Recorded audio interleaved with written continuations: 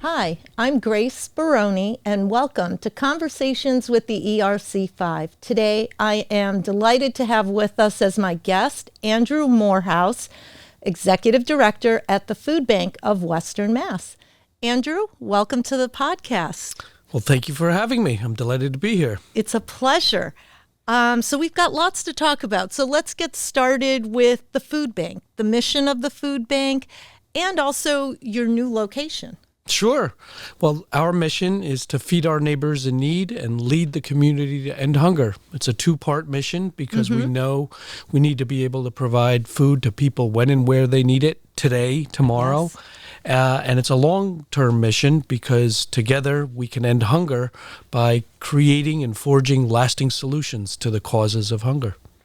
And you're doing that with, in so many ways, but one item that fascinated me was that you do actually have food bank farms. Can we talk about that? Because I think that's fantastic, because so many families do go hungry and they rely on what you bring them. But sometimes I also feel it's like learning how to grow your own food and extend what you have. So I love the idea of the food bank having its own farms. Yeah, well, many years ago, before I was around at the food bank, in 1992 to be exact, my predecessor purchased the first food bank farm in Hadley, which, as many people know, has some of the richest farmland in the country. And it was an asset for the food bank because we can grow our own food. So that was the first food bank farm we purchased. And then in 2020, we purchased a second food bank farm also in Hadley. So we are now, I believe, the first food bank in the country to own two food bank farms. We definitely were the first food bank in 1992 in the country to own a farm. I should say that there are 200 food banks across the country that serve specific areas, regions. We serve Western Massachusetts. So at our two farms, we own probably about, over 100 acres of tillable farmland and then lots of other acres of woodlands that are preserved. And what we mainly do with that farmland is we lease it out to existing organic farmers. We only provide our land to organic farmers who grow vegetables, and in lieu of cash rent, they give us a share of the harvest. So we take those organic vegetables, we deliver them to our new food warehouse, resource, education, and advocacy center in Chicopee, Massachusetts, right nearby. And then it gets distributed out to ultimately people who need Where it. It's needed. That's right. We also do lots of other things on those farms, in addition to leasing it out to 3 organic farmers, large-scale commercial organic farmers. We also have our own farm manager, and he leads what we call Cultivating for Community. It's our own regenerative farming and education initiative where we're teaching people about sustainable farming using what are called minimal till methods and no chemicals or pesticides or anything like that. It's very labor intensive, so we have hundreds of volunteers every year who come and learn about that and help us grow vegetables on 2.5 acres. And last year, we provided about 11,000 pounds of food to 4 area food pantries. And I should say those the food that we get from the farmers in lieu of cash rent totals about 90,000 pounds. So it's a fair amount of vegetables that ultimately goes out to people who need it.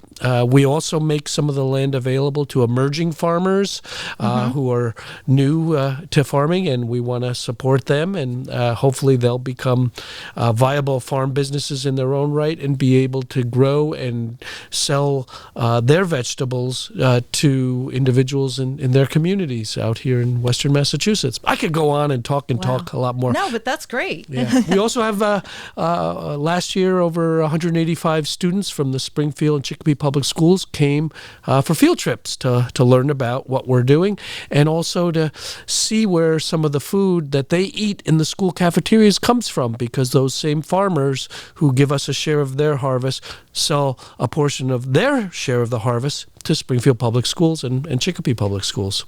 That's fantastic. Yeah. And I think it's great to educate young people about where your food is coming from and why that's so important. And I'm someone who, my grandmother had 14 kids. And then, there were a lot of us always running around the house and things like that. And she would take care of us while our parents were all working. And she'd be out working in her garden. That's right. And everything came, like in the summer, it was beautiful, green beans, tomatoes. We had everything. And then, as a teenager, you kind of drift away from that. Sure. But I have my own garden now, and I love bringing my grandkids into the garden, and they love playing in the soil. And it's so exciting for them when the tomatoes are ready, and it's like, oh my gosh, I grew this. Yeah. So I think there's like you develop like an ownership for it. That's right. Which gives you a greater appreciation than just walking into your grocery store, when you know how it gets there and where it comes from. That's right. And how impactful it can be to grow your own items and, to be able to feed your family. That's right. From what you're able to, grow. Or also, because last year when we did the food bank, the chambers all came together. That's right. For your new location in Chicopee, which is absolutely amazing. It was like, so what should we collect? And everybody had ideas. And then you suggested rice and beans. And I said, oh my gosh, how come none of us thought of rice and beans? Because you can take beans and you can take rice and you can stretch that out and you can feed a family. That's right. And you can feed a family multiple times. And those are the things I feel strongly about, that we as a community need to know. We need to know how to stretch our food. That's right. And when we're donating, it's not just about going into the cupboards and getting out this, and that, but really give it some thought. What can you donate?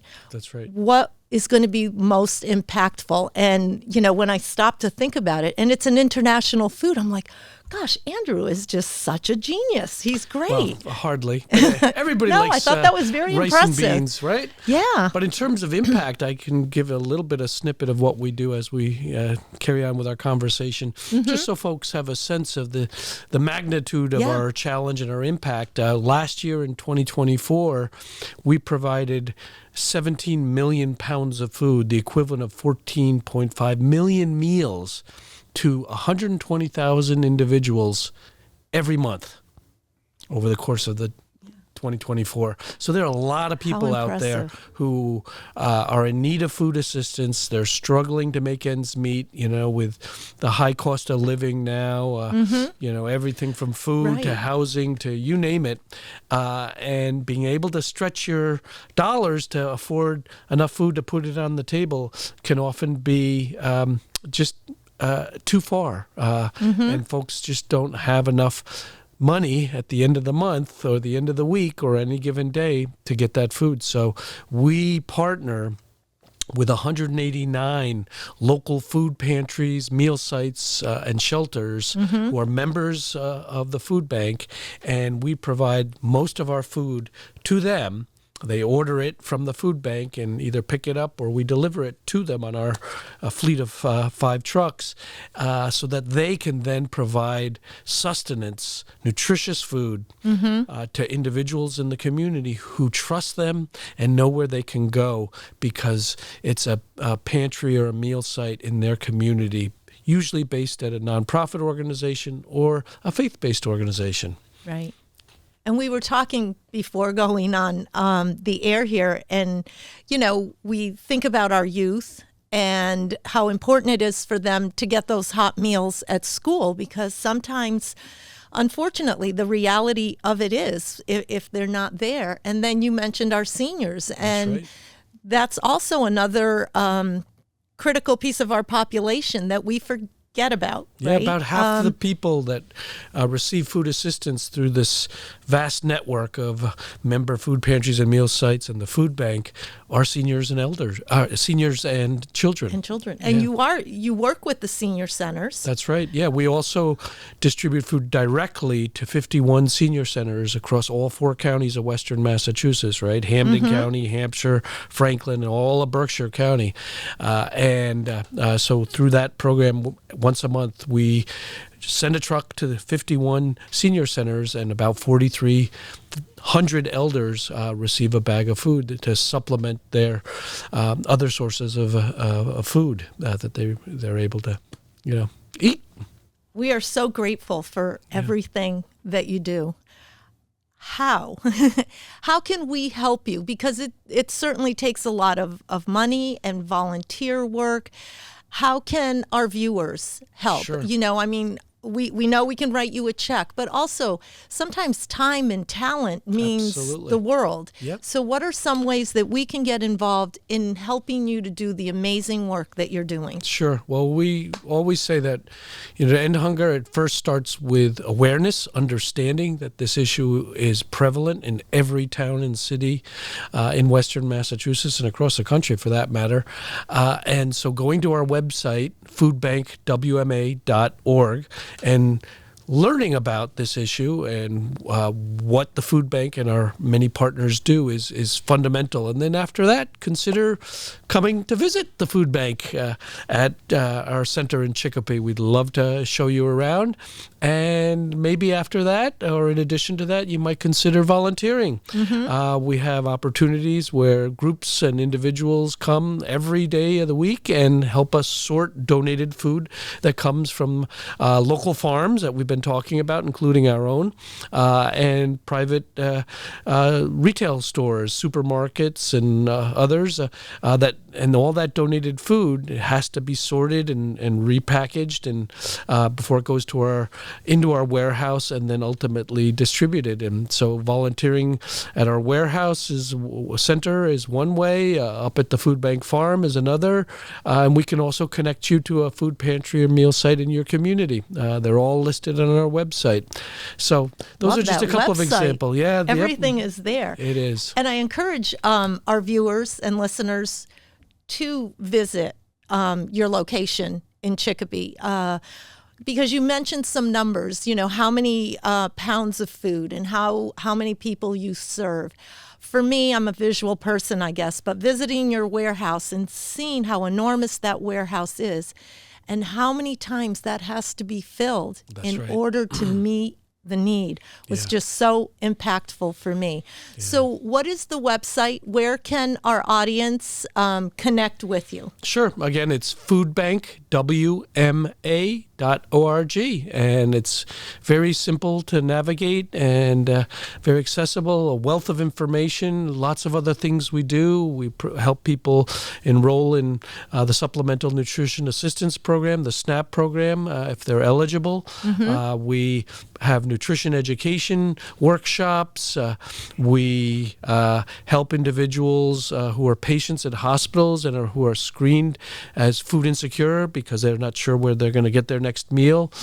They are referred to us by the hospitals and community health centers, and we connect them with food assistance and provide them with referrals to other wraparound social services like housing, transportation, childcare, because we know that this is what are some of the causes of hunger. There are many others. There's no one solution, but we welcome everyone to be part of our big tent and be part of the solutions.